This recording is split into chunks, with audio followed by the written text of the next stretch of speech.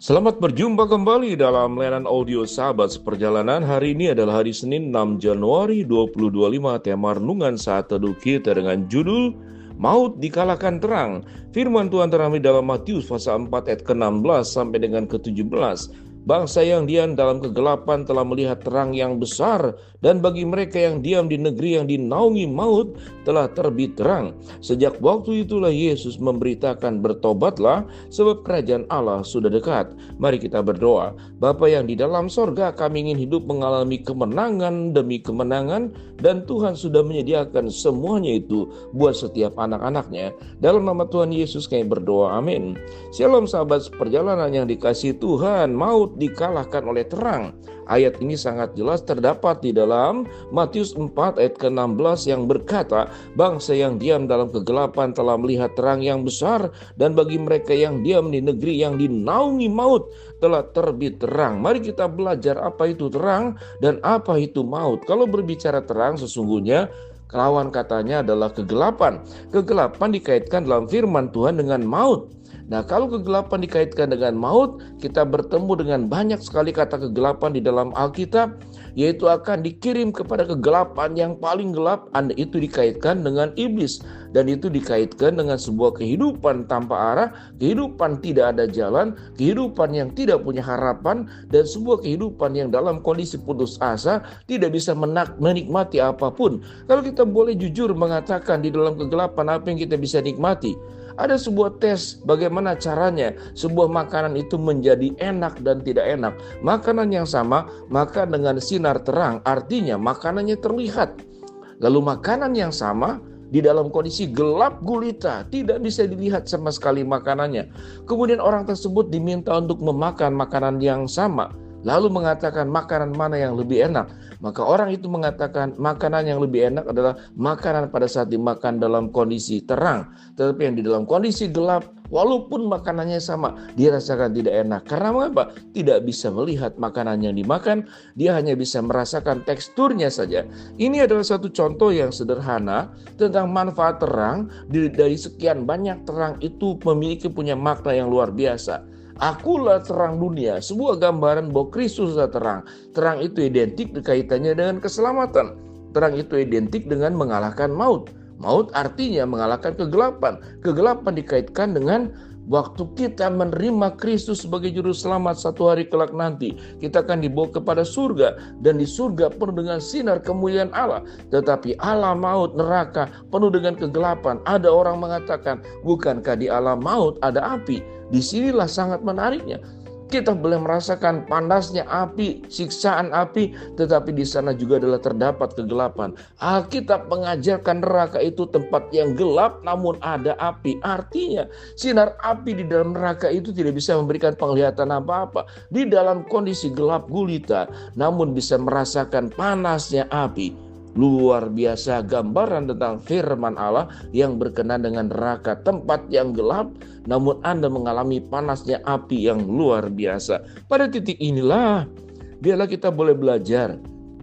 Kalau Kristus sudah menyelamatkan kita dari maut, Kristus sudah menyelamatkan kita dari kegelapan yang paling gelap, maka siogianya hidup kita harus di dalam terang. Yang firman Tuhan katakan telah terbit terang. Sejak waktu itulah Yesus memberitakan, bertobatlah sebab kerajaan surga sudah dekat.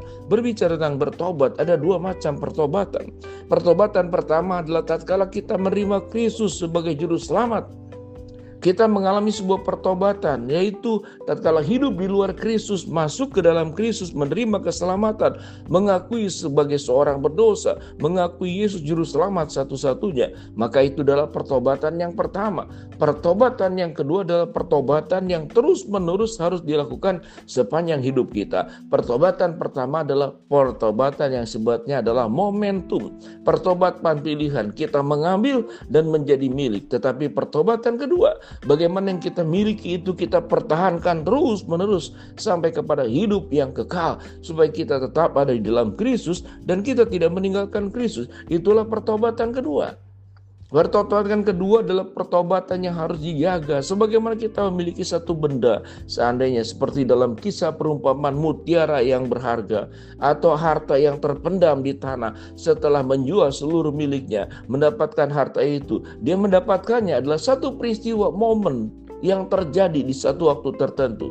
Tetapi menjaga harta yang berharga itu yang terus menerus sampai kepada hidup yang kekal, maka itu adalah yang disebut dengan pertobatan kedua. Dan pertobatan kedua itu dilakukan terus menerus. Sahabat seperjalanan, kalau kita sudah dilepaskan dari maut dan kita sudah bertobat dengan menerima Kristus, maka ada pertobatan kedua yang terus menerus. Pertobatan pertama adalah momentum, seperti kita mendapatkan permata.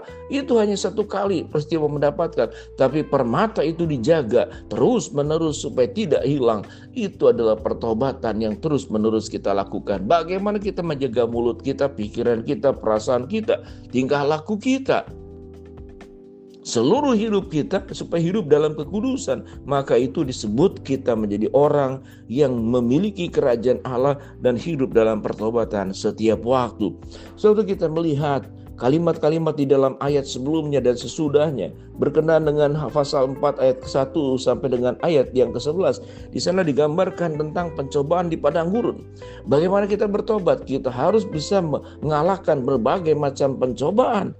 Ada 3 pencobaan pada bagian firman Tuhan katakan ayat pasal keempat, jika engkau anak Allah, perintahkanlah supaya batu ini menjadi roti.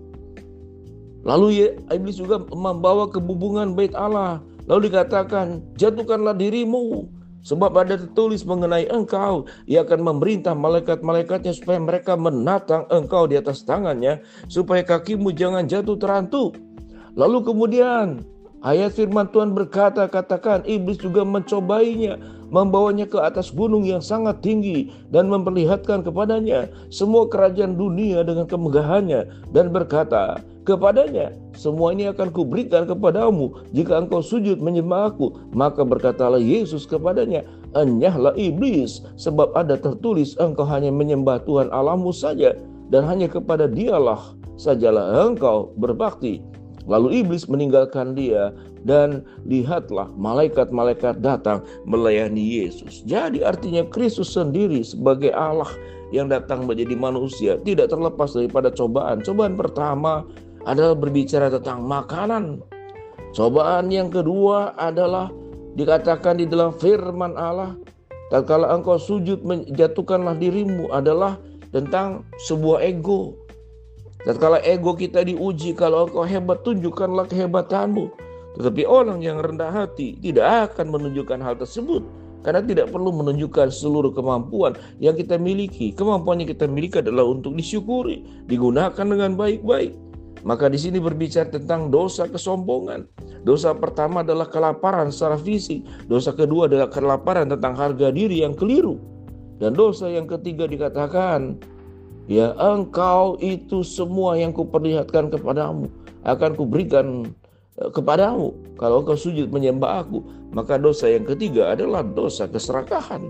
Satu, dosa masalah materi. Yang kedua adalah dosa tentang ego. Yang kedua adalah dosa tentang keserakahan. Itu adalah pencobaan yang kita hadapi. Biarlah kita menjadi orang yang lepas dari maut, karena kita adalah anak-anak terang, hidup dalam terang dan meninggalkan kegelapan. Mari kita berdoa. Bapa dalam surga, terima kasih buat kebenaran firman Allah yang kami pelajari. Hamba-Mu berdoa buat sahabat seperjalanan yang sakit, Tuhan jamah sembuhkan. Sahabat seperjalanan yang sedang menghadapi masalah, Tuhan bukakan jalan. Sahabat seperjalanan yang sedang berdoa mengharapkan sesuatu, Tuhan kabulkan dengan waktu dan cara Tuhan yang terbaik. Dalam nama Tuhan Yesus kami berdoa. Amin. Shalom sahabat seperjalanan, Tuhan memberkati kita semua.